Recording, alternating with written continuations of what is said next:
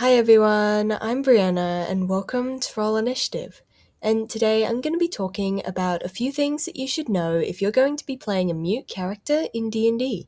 So, let's get started.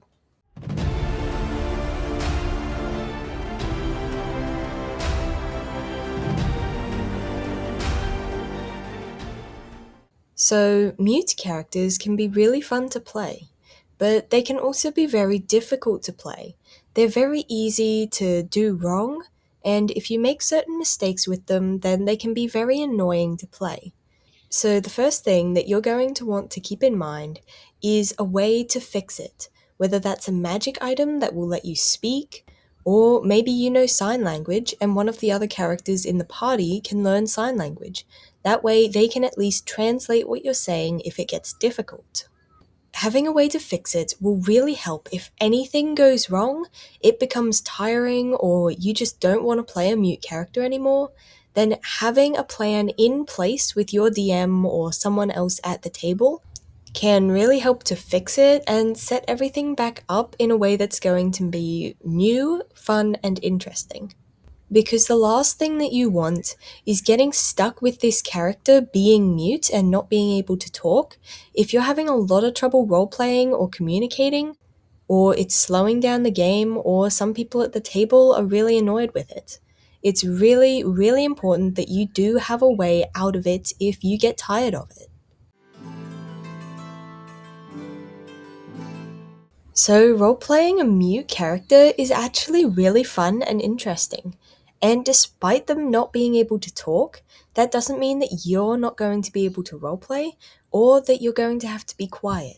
Because even though you can't say what your character is saying or talk as your character, you can describe what they're doing, describe their facial expressions in certain situations, and maybe describe what they're doing, say what they're going to go do, or what they're doing right now instead of what they're saying while they're doing it.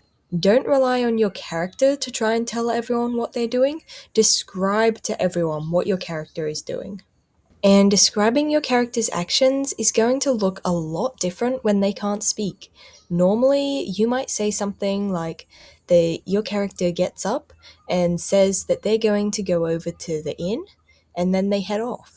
But if your character can't speak, then instead of standing around for a while and trying to describe how they're telling everyone that they're heading to the inn, then you can just tell everyone at the table that they get up and head towards the inn. That way, you're going to have a lot easier of a time describing what your character is doing, and it's going to be a lot easier to show all of the smaller things that you don't really have to show your character telling people.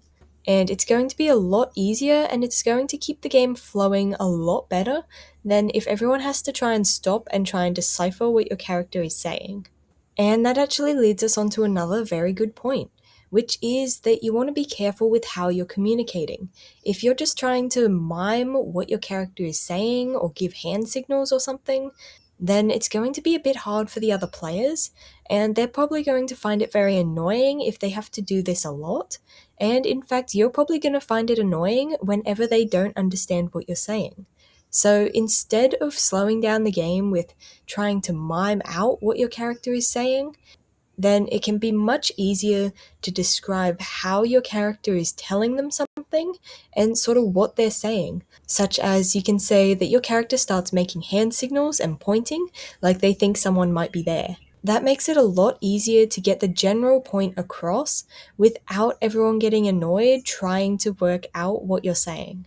It's also likely to work much better in the long run because miming is going to get tiring for everyone. So if you tell them the general idea of what your character is trying to tell them, then it can go a lot smoother and it can last a lot longer.